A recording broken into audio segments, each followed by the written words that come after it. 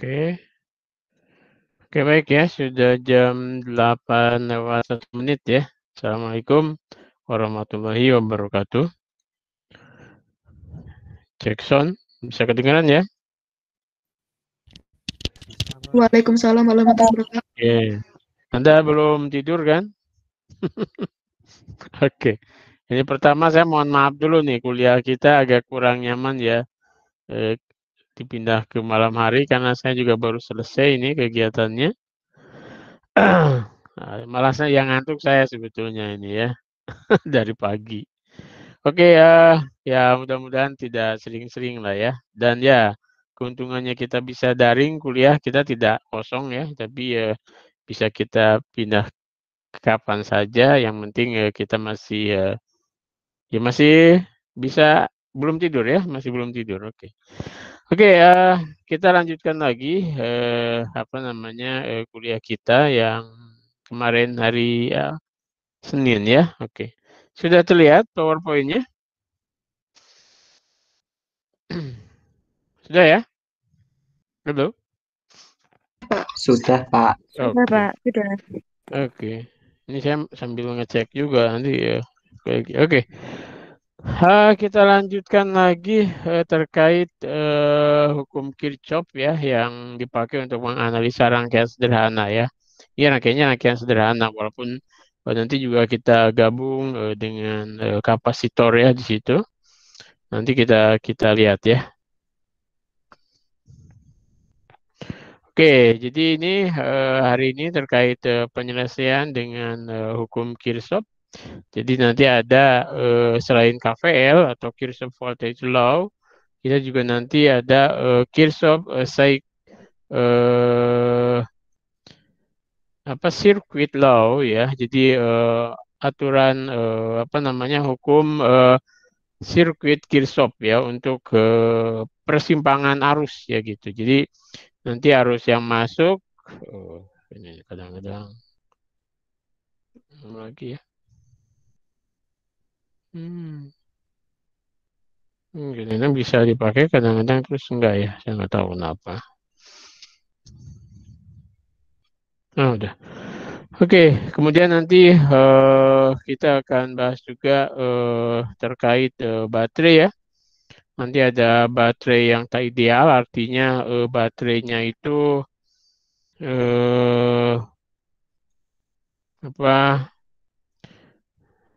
ada tahanan dalamnya ya. Jadi ada tahanan dalamnya. Mungkin saya mau coret-coret sebetulnya, tapi kok nggak muncul ya. Ini malah penghapus. Ini mungkin. Bisa. Ya, jadi ada tahanan dalamnya ya. Jadi baterainya itu seperti ini kan. Nah, tapi nanti di sini ada tahanan dalamnya gitu. R kecil ya, gitu. Gitu, ada tahanan dalamnya. Ya.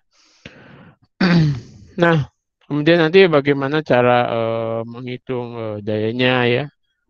Kemudian kita juga menggunakan saluran listrik bertegangan tinggi gitu. Kemudian nanti sedikit pendahuluan rangkaian sederhana resistor kapasitor ya gitu. Oke, baik. Resistor itu kan hari Senin kemarin kita sudah bahas kalau dia disusun seri ya. Ketika disusun seri di situ arus, jadi resistor yang disusun seri itu kan gini kan. Ini 1, 2 gitu. Jadi ini ada R1, R2, misalnya titik A, ini titik B kan gitu. Ini arus yang lewat ke sini kan sama ya gitu. Tapi tegangan, ini misalnya C, jadi nanti kalau A ke B jadi VBA, ini sama dengan PAC plus PCB kan gitu ya. Nah, jadi harusnya sama gitu. Sehingga nanti kita dapatkan R1 plus R2 ya kan, R ekivalennya. Nah, bisa juga kapasitor itu disusun secara paralel seperti ini ya. Jadi Anda lihat kalau di sini tegangan di sini dan di sini, ya bolehlah kita sebut ini C, ini ada D. Ini C, ini B gitu aja ya.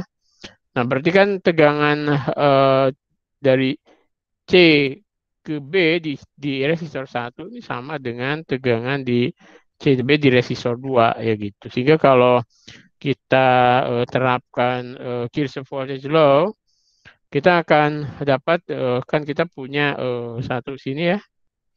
Kemudian nanti yang satu bisa juga ke sini gitu ya kan. Nah, yang sini ini kan menjadi V ya kan. Jadi ada kenaikan tegangan V.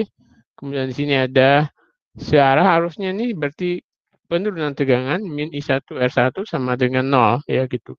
Kemudian yang loop kedua yang ini berarti V, kemudian sini ini ke sini itu penurunan tegangan min I2 R2 ya kan sama dengan 0. Nah, kemudian dari apa namanya kita lihat di sini arusnya kan ini ada arusnya konstan. Nanti kita tahu bahwa ini sebetulnya prinsip hukum kedua dari Kirchhoff bahwa arus yang masuk I in itu sama dengan I out ya gitu. Jadi kalau ini masuk kan I, kemudian ini ada I1, I2, berarti I itu sama dengan I1 plus I2 gitu. Jadi hukum konservasi atau hukum kekekalan muatan sebetulnya ya pada suatu titik. Nah, sehingga kan yang dua ini bisa kita ganti dengan yang satu ini kan gitu. Jadi R ekivalennya ya gitu. Kita harus ini dulu.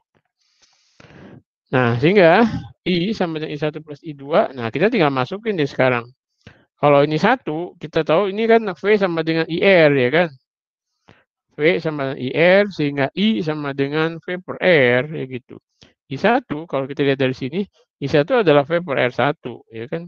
Dari sini nih. Di sini kita bisa dapatkan I1 itu adalah V per R1, dari sini kita dapatkan I2 V per R2 kan gitu. Nah ini kan udah. Nah padahal hanya sama, ada coret-coret, jadi keduanya dibagi V, V, P gitu. Nah kita dapatkan seper R atau R ekivalen sama dengan seper R1 plus seper R2. Nah itu untuk paralel. Nanti kalau 3 gimana ya, tinggal seper R3. 4 gimana seper R4 dan seterusnya gitu kan. Gampang ya. Oke. Atau kita juga bisa secara intuitif ya, intuitif. Jadi ya dengan intuisi gitu. Kita juga bisa menyelesaikan fisika itu tidak harus melulu dengan persamaan matematis ya. Malah kadang-kadang intuisi itu juga harus jalan bagi ya untuk penyelesaian soal-soal fisiknya gitu. Nah, misalnya kita tinjau dua resistor nih ya. Ada resistor dengan luas penampang 1, besar hambatannya R1, kemudian resistor kedua luas penampangnya A2, hambatannya R2 gitu. Nah, kan di sini seperti ini. Kita tahu, lihat di sini kalau kita kasih titik di sini ya, A, kemudian di sini B, jelas nih tegangan yang melalui R1 dan R2 itu sama gitu kan.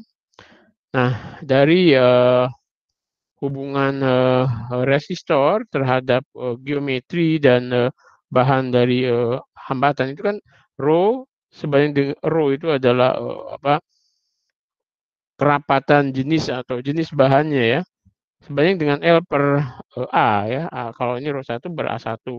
Yang dua ini rho L per A2, dan di sini dianggap bahwa bahannya sama ya, gitu. Nah, kalau gitu, kemudian kalau kita ingin mencari ekivalensinya, berarti kan kita membuat suatu resistor yang di sini mestinya lebih bulky, lebih besar ya gitu. Panjangnya sama mestinya kan. Kita gandeng gitu.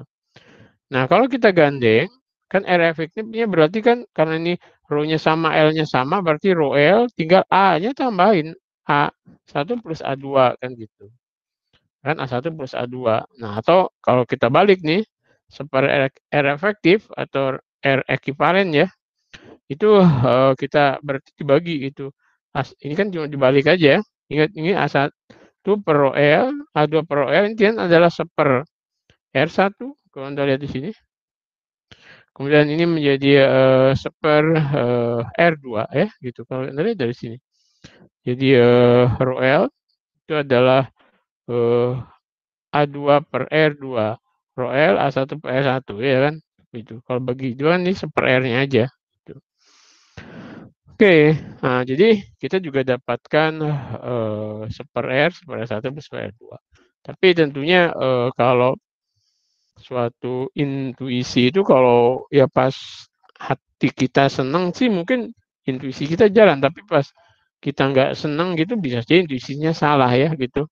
Nah, makanya kita harus pakai sesuatu yang baku ya, persamaan matematis gitu. Itu tanpa hati pun bisa diselesaikan kan gitu. Ini kalau pakai intuisi kayak gini nih kalau pas hatinya senang sih bisa menyelesaikan, tapi kalau pas waduh belum bayar kos, belum macam-macam, intuisinya nggak berfungsi ya gitu. Oke. Oke, nah misalnya gini, ada satu contoh nih ya. Tinjau sirkuit yang ditunjukkan di samping nih kan. Ini ada sebut saja 12 volt, ini angka-angka saja nih ya. Ini ada titik A, B, C, dan D ya. A, B, C, D gitu kan. Ini sebutnya I1, I2, ini 20 ohm, 80 ohm, artinya beda nih ya. Hambatannya beda. Nah, A1 pertanyaannya, bagaimana hubungan antara VA min VD dan VA min VC? Artinya beda potensial antara titik A dan D dan beda potensial antara titik A dan C. Nah, lihat, jadi ini ke sini, ini bisa jadi ya lewat sini, ini ke sini bisa jadi lewat sini, sini, sini, gitu ya. Bagaimana nih beda potensialnya kan gitu. Nah, kita tahu bahwa potensial itu atau dalam kalau di situ kalau berlaku hanya medan elektrik ya, berarti kan dia tenaga potensialnya itu tidak ditentukan oleh lintasan ya. Dia hanya ditentukan oleh titik awal dan titik akhir kan gitu. Jadi lintasan lewat sini sama saja gitu. Jadi antara dua titik, karena ingat kalau suatu gaya itu konservatif antara A dan B, maka lintasan lurus dan sini ke sini itu usahanya sama gitu. Nah itu juga termasuk beda potensial juga begitu ya. Tidak ditentukan oleh lintasan, hanya titik awal dan titik akhir saja gitu. Berarti ini Anda bisa nebak nih. Kalau ini kan sama-sama di sini kan, berarti ini mestinya sama gitu lah. Jadi ini gitu. Kemudian bagaimana hubungan antara I1 dan I2-nya kan gitu. I1 dan I2-nya gimana nih kan gitu. Nah, di sini Anda kita juga bisa lihat kan. Jadi mestinya tegangan antara titik BD dan BC itu sama kan gitu. Tegangannya sama kan gitu. Artinya tegangan titik ya kita lihat BD sama dengan PBC kan gitu. Nah, kita tinggal terapkan aja ya. Ini I1 20 kemudian I2 kali 80 ya kan. Nah, berarti kan Anda lihat I1 sama dengan coret-coret 4 I2. Nah, udah kita dapat bahwa I1 lebih besar daripada I2. Oke, nah ini kan jawaban kita pakai intuisi juga ya, gitu. Ini sama ya. Jadi apa? Ini tentang potensial yang tidak bergantung pada lintasan ya, gitu. Jadi titik D dan titik C sama secara elektrik ya. Kemudian yang keduanya, nah ini, ya kan? Ya, karena VB min VD sama dengan PB min VC ya, beda potensinya sama nih. Berarti I1 kali 20 ohm yang ini dan I2 kali 80 ohm sehingga kita dapatkan I1-nya itu 4 kali I2 ya, jadi dia lebih besar.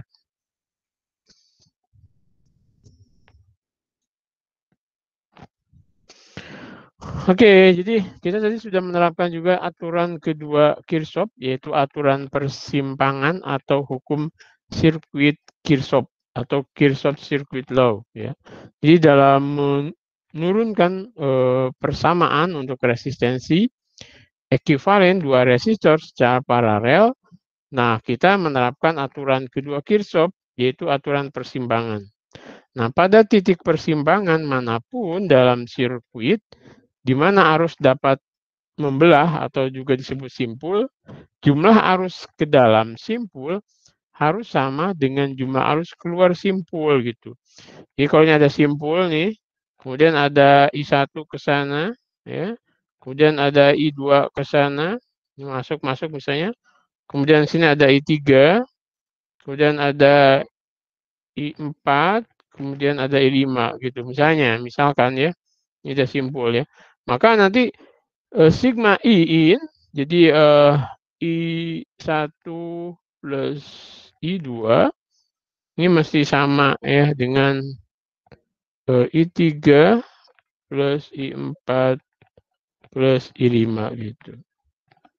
Waduh, oke. Jadi seperti itu ya. Jadi ini hanya menunjukkan sebetulnya konservasi muatan. Jadi muatan itu ketika dia melalui simpul itu nanti muatan masuk dan keluar harus sama gitu. Tidak ada yang nyangkut di sini ya. Gitu. Jadi arus yang masuk dan keluar dari simpul sirkuit dikenal sebagai cabang arus ya. Nah, setiap cabang yang berbeda harus memiliki arus I kecil gitu. Jadi ini ada bisa, jadi I-nya tidak harus I4, I5 terserah. Jadi ini I1, I2, yang penting ini masuk, ini ada yang keluar ya berarti jumlah I masuk sama dengan jumlah I keluar ya. Nah, oke. Oke, ini ada contoh lagi misalnya dua bola lampu identik ya. Jadi ada diwakili oleh resistor R2 dan R3. Jadi sini ini R2 dan R3 sama. Nah, kemudian saklar S awalnya terbuka gitu ya. Awalnya terbuka, ketika terbuka begini, ini kan rangkaiannya jadi GGL, ini epsilon, kemudian ini hambatannya R2, arusnya I kan gitu. Dari sini kita bisa terapkan sirkuit. Nah, gitu ya. Nah, seperti itu. Nah, pertanyaan sekarang, jika saklar S ditutup, S-nya ditutup, crack gitu, apa yang terjadi pada kecerahan bola lampu R2 itu? Nah, yang jelas R2 dan R3 ini sama ya besarnya. Nah, ketika ini ditutup gitu, ini kan berarti potensial atau beda potensial yang apa namanya melintas di antara R2 dan R3 ini sama gitu. Jadi walaupun ini terbuka, ini adalah E. Ketika ini dibuka juga E juga gitu kan. Jadi R2-nya jelas tidak akan mengubah apa-apa kan gitu. Jadi artinya dia tidak berubah gitu. Ya, kecerahan lampunya itu tidak berubah ya karena beda potensial yang melewati R2 itu tidak berubah ya gitu, tetap epsilon. Tapi apa yang terjadi pada arus I gitu setelah saklar ditutup? Tadi ketika saklarnya terbuka, kita bisa lihat ini kita sebut saja I0 ya, ketika dia terbuka. Kalau kita terapkan hukum Kirchhoff-nya, kita bisa menuliskan epsilon, kemudian min, ini kita sebut I0 ya, I0, R2 sama dengan 0 gitu. Sehingga I0 sama dengan epsilon per R2, kan gitu. Nah, ketika ini ditutup, kita tutup, berarti ini ada apa namanya? Dihubungan paralel ya, paralel antara R2 dan R3 gitu. Sehingga kalau kita kerjakan dulu dengan R ekuivalen ya, R2 plus R3, berarti R ekuivalennya kan seper R2 plus seper kan R2 sama R3 sama nih. Ya kita sebut saja R2 ya. R2 gitu.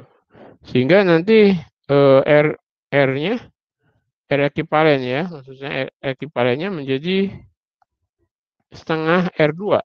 Iya kan? Karena R2 dibalik kan jadi setengah R2. Sehingga kemudian kalau kita terapkan lagi hukum Kirchhoff dengan kita sebut I-nya adalah I gitu atau I asen, kan ini menjadi tinggal satu rangkaian ya. Ini menjadi epsilon min I asen, kemudian di sini ada setengah ya. Setengah R2 sama dengan 0. Sehingga I asennya itu kalau Anda lihat nih 2 epsilon per R2, artinya ini tidak lain adalah I0 ya. Jadi ini adalah 2 I0. Nah, berarti kan I setelahnya itu menjadi 2 I sebelumnya kalau kita hitung-hitungan nih. Ini tidak berubah. Oke. Seperti itu ya. Setengahnya gitu. Oke, kemudian bagaimana cara menggunakan hukum Kirchhoff tadi ya. Contoh misalnya ini ada 2 loop ya. 2 loop, analisis sirkuit dan identifikasi semua node sirkuit dengan menggunakan Kirchhoff Circuit Law ya. Nah, di sini pertama kita menerapkan ini ada I1 misalnya. Sebetulnya kita boleh sembarang menunjukkan arah I1, I2, I3-nya. Cuman ya pakai logika juga ya. Tapi nanti kalau hasilnya negatif, berarti kita menandain arahnya itu salah gitu. Nah ini misalnya ini kita ya logikanya kita oke lah ke sana ke atas ini I1 ya. Kemudian ya kalau ini I1 ya kita logika kita ini I2 dan ini I3 kan gitu boleh-boleh saja ya. Nah kemudian kita terapkan hukum Kirchhoff KCL di mana kalau kita lihat di titik ini nih berarti kan ini I masuk I1, ini yang keluar ini I2 dan I3. Jadi I1 sama dengan I2 plus I3 kan gitu. Kemudian identifikasi semua loop yang independen dengan menggunakan KVL. Nah, kita bisa lihat sini. Ini ke sana, ini ke sana, ya gitu.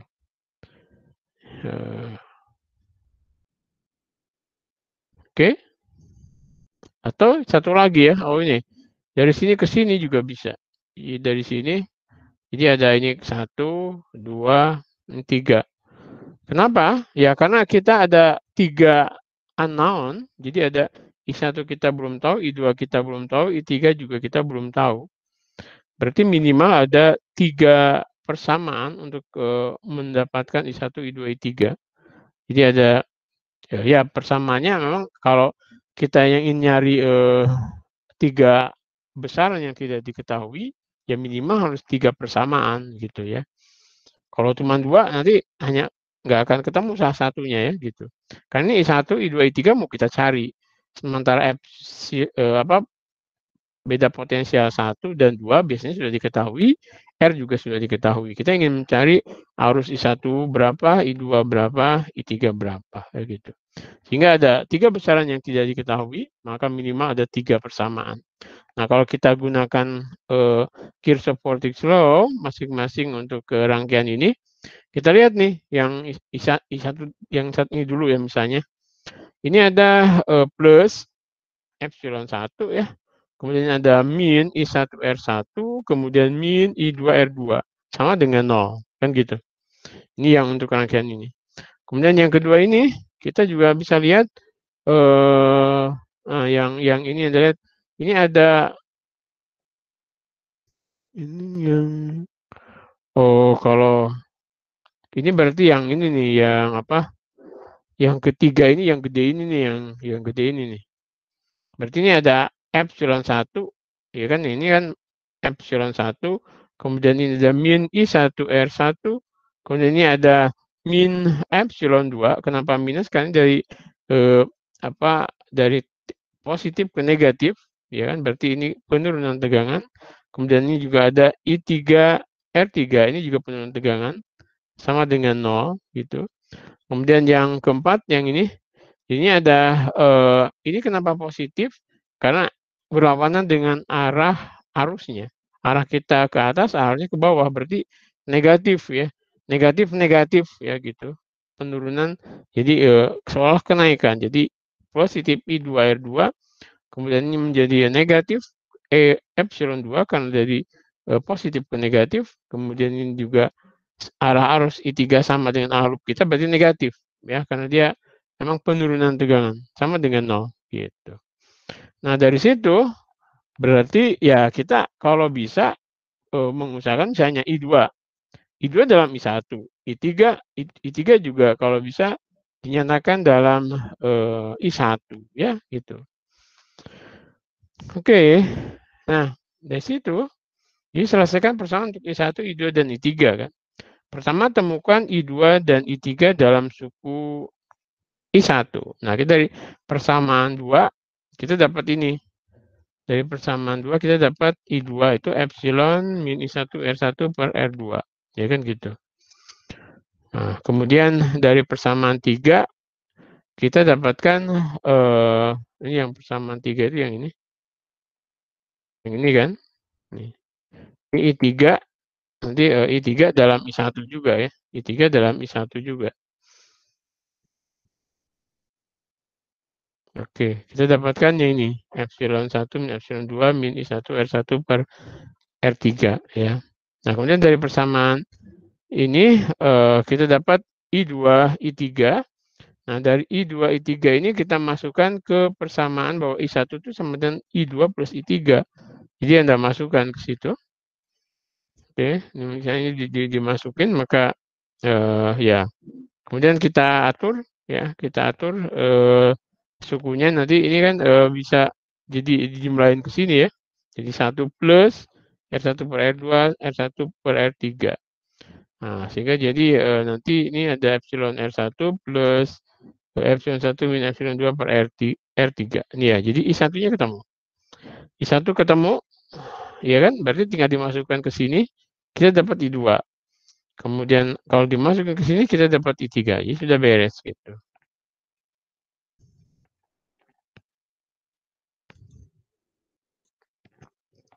Nah, oke, misalnya ini dimasukkan angka-angkanya kan. S1-nya 24 volt, tegangan 2-nya 12 volt, R1-nya 5 ohm, R2-nya 3 ohm, R3-nya 4 ohm, tinggal kita masukkan ke persamaan ini. Yang ada ya, tadi yang sudah kita turunkan tadi. Nah, ini kan. Nah, ini kan kalau dimasukkan kalau nah ini kita sudah dapat nih. Oke, ya. Ya, kita masukkan dulu ke sini, kita dapat I1, I2, I3-nya kan ketemu ya. Oke, I1, I2, I3 ketemu. Gitu. Nah, Anda perhatikan kalau I1 dan I2-nya kan positif, berarti arah panah kita buat, yang kita buatnya arah panahnya kita kan sembarang juga. Ini berarti sudah cocok gitu loh, arah panah kita itu sudah cocok. Tapi yang I3 itu negatif gitu. Artinya kita salah mengambilkan arah ke sana tapi mestinya ke sini. Jadi kalau negatif itu berarti dia mestinya dia ke sana. Jadinya ke sana arahnya ya. Jadi ke sana gitu. Oke ya, jadi ke sini dia. Nah, gitu. Nah, yang lebih rumit itu ada di appendix ya. Oke, nah ringkasan sirkuit sederhana tadi ya bahwa resistor kalau disusun secara seri R ekuivalen atau efektifnya itu adalah R1 plus R2 plus R3 dan seterusnya. Jadi arus yang lewat resistor yang itu dipasang seri terjadi penurunan tegangan yang sama yaitu I kali RI ya gitu. I-nya arus, RI-nya ya tahanan keberapa. Kemudian resistor yang dipasang secara paralel itu akan seper R efektif atau R ekuivalen. Ini seper R1, seper R2, plus seper R3, plus seper R4, dan seterusnya. Nah, jadi terjadi penurunan tegangan yang sama. Nah, arus yang lewatnya adalah V per RI ya, seperti itu. Oke, nah jadi gitu. Jadi hukum Kirchhoff itu untuk suatu loop seperti ini, berarti ini namanya KVL, ya kan?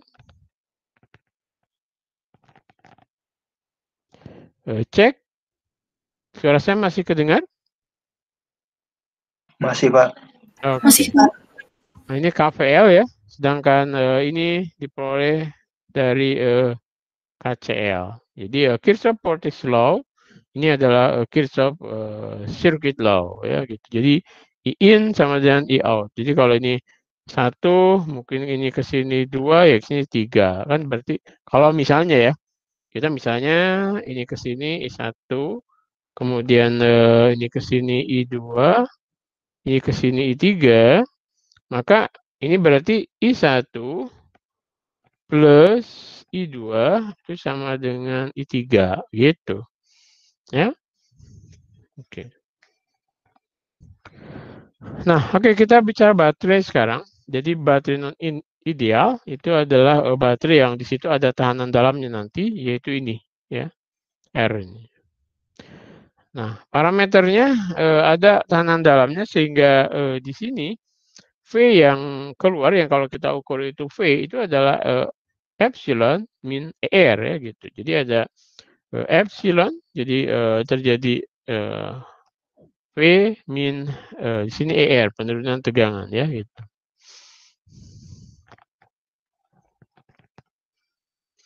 Oke, nah jadi kalau kita buat Kirchhoff seperti ini ya.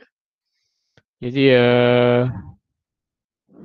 ini ada epsilon, kemudian oh oke, ini agak kurang ini kurang apa namanya? Kurang konsisten penulisannya ya. Jadi kalau kita apa mau komitmen sama tadi, ini sebetulnya yang panjangnya di sini, ini yang pendeknya gitu ya kan. Oh sorry, dia dari tegangan tinggi ke rendah. Jadi ini memang betul ya. Ini tinggi, kemudian ini turun ke rendah kan gitu. Berarti ini terjadi kenaikan tegangan ya. Jadi ini positif betul. Ini sorry salah.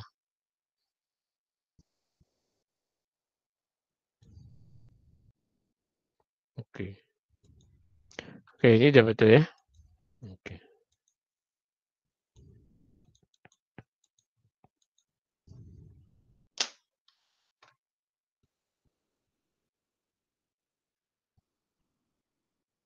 Lagi. Oke.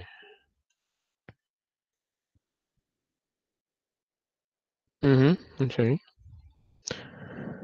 Nah, oke. Berarti kan Anda lihat di sini, ini ada kenaikan tegangan sebesar E, kemudian sini ada penurunan tegangan IR, kemudian ini ada IR besar, hambatan sama dengan 0, sehingga I itu adalah epsilon per R besar plus R kecil. R kecil di sini itu adalah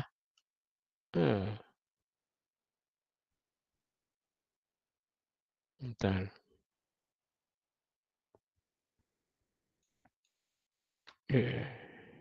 Salah nih.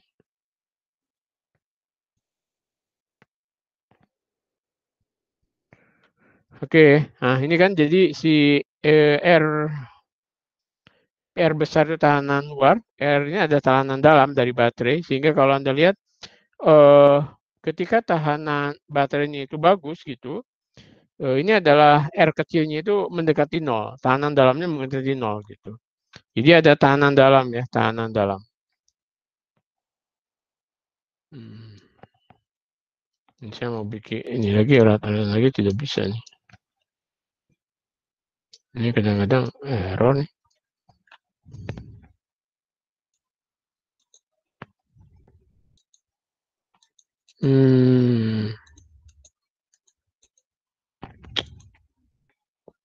Sorry. Oke lah. Nah, jadi gitu ya. Jadi Anda lihat baterai itu biasanya baterai yang bagus itu tahanan dalamnya kecil sekali sehingga mendekati 0. Sehingga nanti kalau ini mendekati 0, Anda lihat R per R-nya hilang, tinggi, jadi tegangan yang terbaca itu sama dengan tegangan dalamnya ya, epsilon gitu.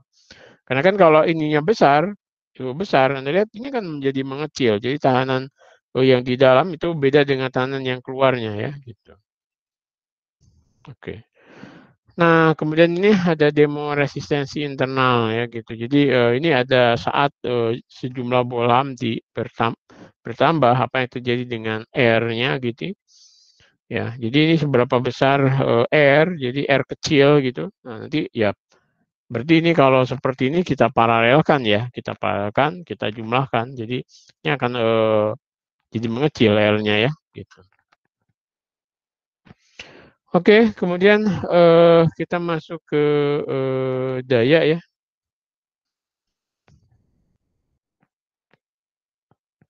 Hmm.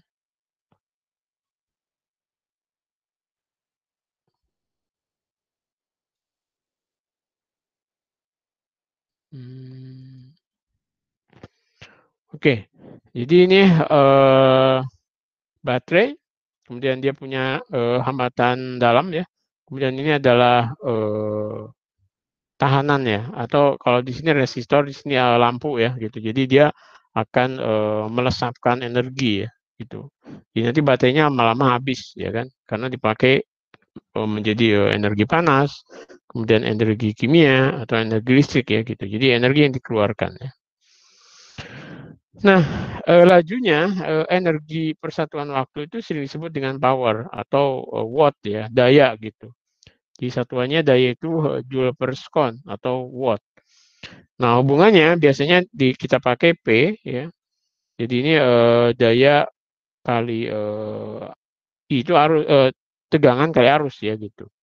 Jadi P daya itu adalah tegangan dikalikan arus ya. Ini beda potensial. Jadi ini beda potensial, kemudian ini arus atau muatan persatuan waktu.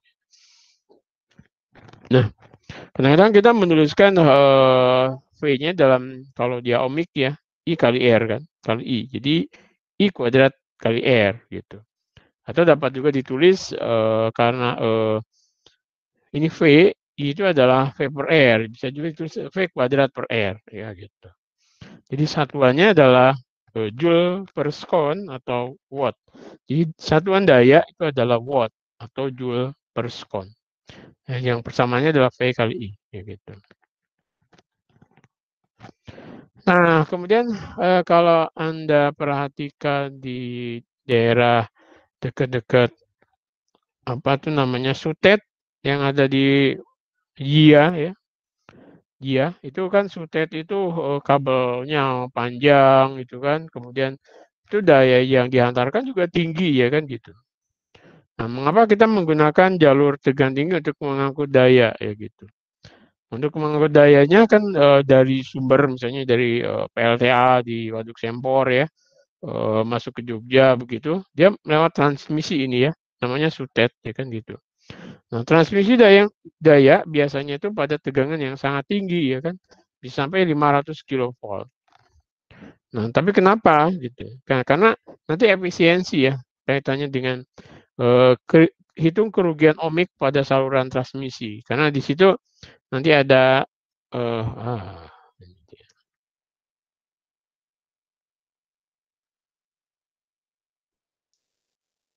satu ingin coret-coret nih.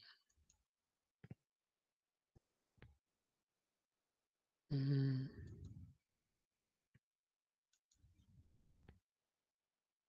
Hmm.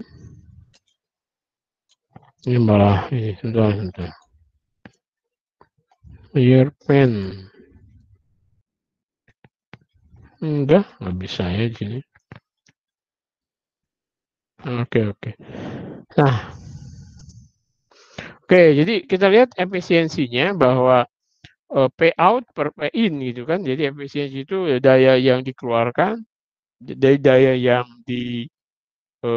apa namanya dibuang gitu dibagi dengan daya yang masuk ya gitu. Daya yang atau bisa juga sih ini namanya daya yang dipakai terhadap daya yang masuk kan namanya efisiensi transmisi ya gitu.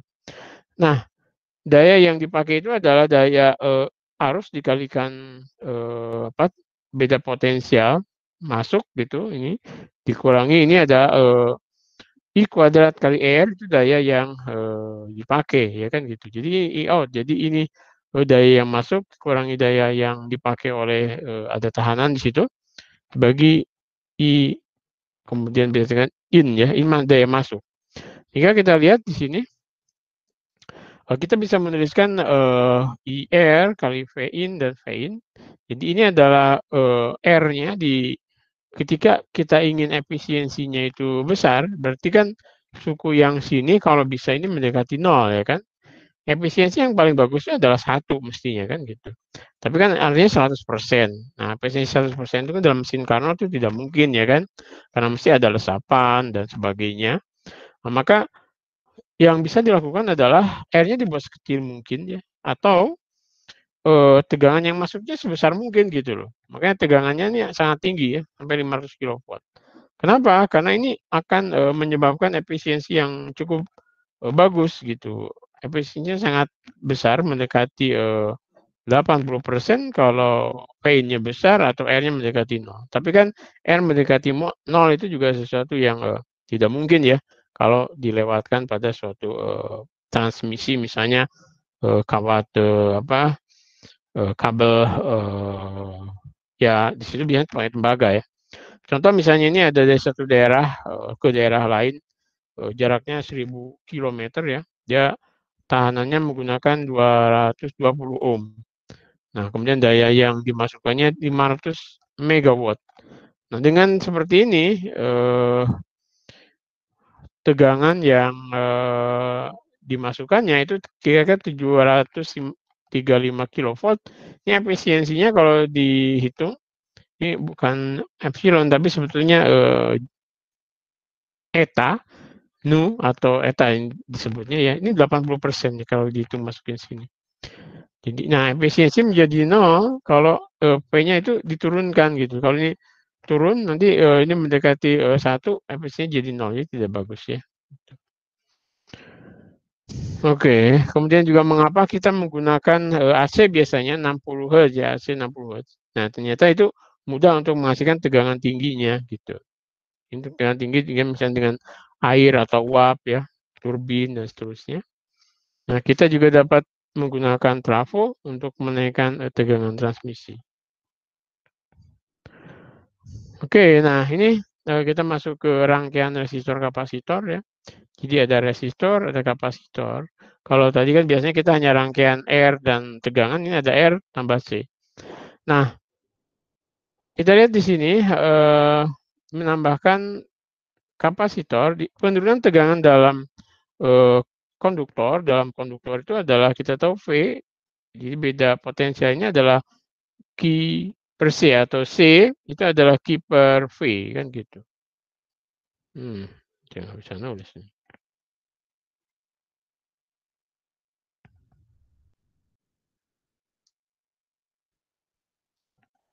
Oke. Nah, jadi kan C itu sama dengan Q per P ya gitu. Oh. Nah, jadi kalau kita lihat rangkaian arus ini kan, ini kita lihat epsilon, kemudian ini penurunan tegangan, ini juga penurunan tegangan sebesar Q per C sama dengan 0 ya gitu. Nah, ingat I itu adalah laju perubahan muatan terhadap arus sehingga nanti I di sini kita bisa gunakan dQ per dt ya. Jadi epsilon min R dQ per dt kemudian min dQ per C sama dengan 0. Nah, nanti kita akan bahas ini gimana hubungan Q.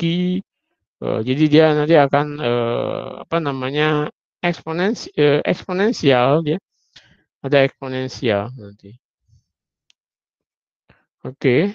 Nah jadi rangkaian kapasitor itu ternyata ketika dia mengisi daya, ini perlu waktu untuk mengisi daya. Jadi kalau asalnya kapasitornya kosong, kemudian kita rangkai dengan baterai begitu, maka yang pertama itu awalnya kapasitor berperilaku seperti kabel biasa. Jadi ya seperti nggak ada apa-apa ya. Jadi kalau misalnya di sini ada daya, misalnya gitu, gini ya, gini. Kemudian R, kemudian sini ada C. Nah, maka ketika ini kosong awalnya diisi terus ini kayak kabel biasa aja gitu. Arus gitu seperti biasa ya. Nah, saat mulai saat arus mulai mengalir, maka muatan itu akan menumpuk pada kapasitor. Nah, kemudian lama-lama akan penuh, sehingga ini seolah menjadi kayak saklar ya gitu. Nah, setelah sekian lama kapasitor berarti seperti saklar. Gitu. Jadi arusnya akan jadi nol ya gitu. Nah, kalau ini sudah penuh, kita ambil, kemudian kita masukkan ke misalnya ya resistor tertentu gitu, kita pasang lagi, maka terjadi pengosongan. Nah, ketika pengosongan kapasitor itu awalnya kapasitor berperilaku seperti baterai. Nah, tapi lama-lama ya kapasitor berperilaku seperti kabel lagi gitu. Oke, ini ada contohnya. Misalnya ini ada pada T sama dengan 0, saklar dipindahkan dari posisi B ke posisi A. Artinya gini ya, dari posisi B ke posisi A. Pada rangkaian yang ditunjukkan pada gambar sini. Kapasitor awalnya tidak bermuatan ya gitu. Awalnya tidak bermuatan.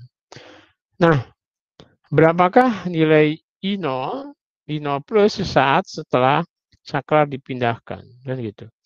Sesaat saklar dipindahkan ini menjadi I0 plus misalnya, maka kita terapkan hukum Kirchhoff law sini. Jadi epsilon min I0 R min I0 R, jadi ada 2 R di sini sama dengan epsilon, sehingga nanti I0 plusnya adalah ya epsilon per 2 R. Karena ini kan kalau awalnya kan seperti kawat biasa ya. Nah, berapa nilai arus di tak berhingga setelah waktu yang cukup lama, maka ini akan penuh. Sehingga di waktu di waktu yang tak berhingga ini bisa jadi mendekati sama dengan 0 ya gitu. Karena dia seperti saklar terbuka ya. Gitu. Kita lihat. Nah, oke. Ya kan seperti itu. Jadi ini adalah epsilon min IR min 0 min IR sama juga 0 ya. Oke. Yuk. Kemudian berikutnya, nah, kita berhingga dia 0 kayak gitu.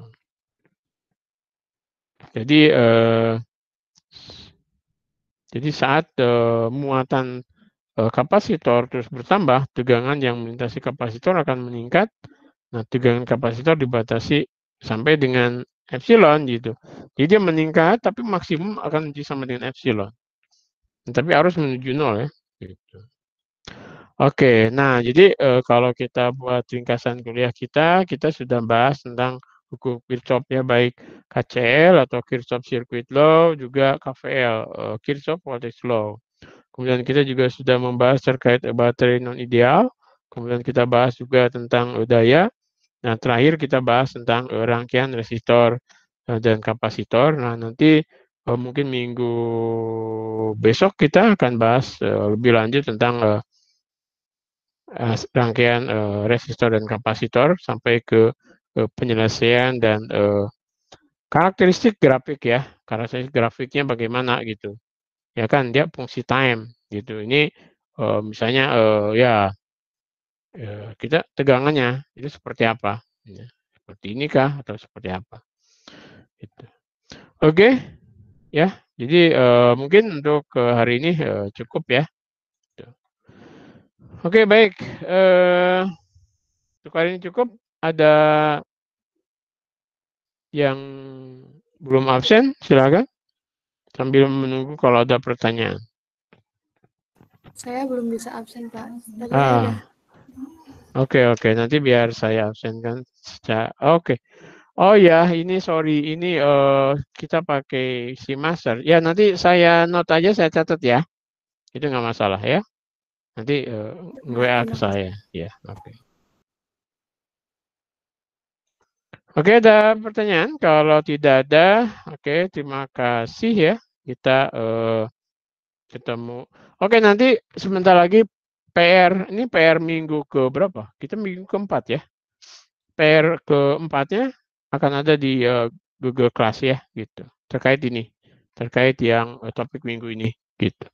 Seperti biasa, PR-nya biasanya 2, dan itu saya ambilkan dari Holiday ya, gitu, dari Holiday Listening. Nanti PR-PR itu bisa dibahas dengan grader ya. Nah, siapa saya lupa mas namanya. Itu ya, nanti Anda bisa tanya dia gitu. Juga latihan-latihan soal. Jadi tolong dimanfaatkan dengan adanya grader itu Anda bisa latihan soal yang banyak kan di Heliderisnik banyak soal tuh. Ya Anda silakan latihan dengan masnya itu ya, gitu. Karena kalau kita di kuliah ini kan terbatas juga ya waktunya. Oke begitu. Kalau tidak ada, oke, masih ada yang absen ya.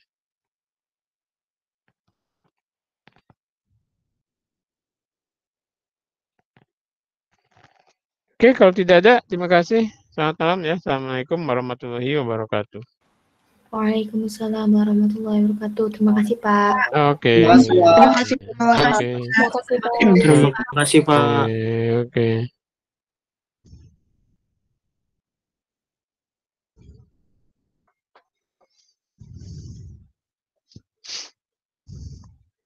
Oke, saya live ya.